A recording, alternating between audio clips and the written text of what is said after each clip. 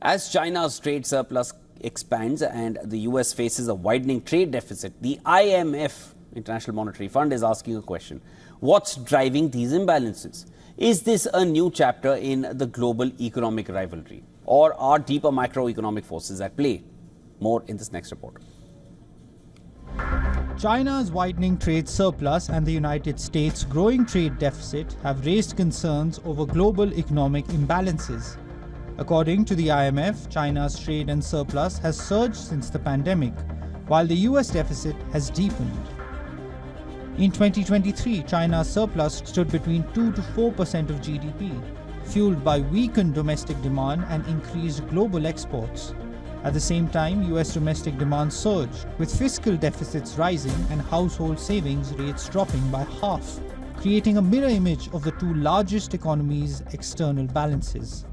While China's trade surplus today is smaller relative to its GDP compared to the early 2000s, it remains significant due to China's larger share of the global economy. In the early 2000s, China's rapid industrialization led to a surge in exports, often referred to as the China shock. The IMF highlights that the macroeconomic drivers, such as weak Chinese domestic demand due to the property market downturn and strong US demand driven by government spending, are the primary forces behind these imbalances.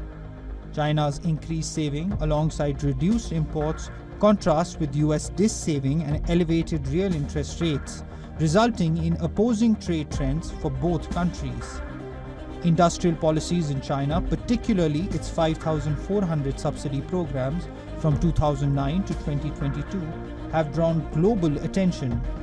However, the IMF states their impact on aggregate external balances is modest. These subsidies, which focus on sectors like semiconductors, automobiles, and green technology, have increased China's exports by just 1%. However, the IMF stresses that global imbalances are mostly homegrown.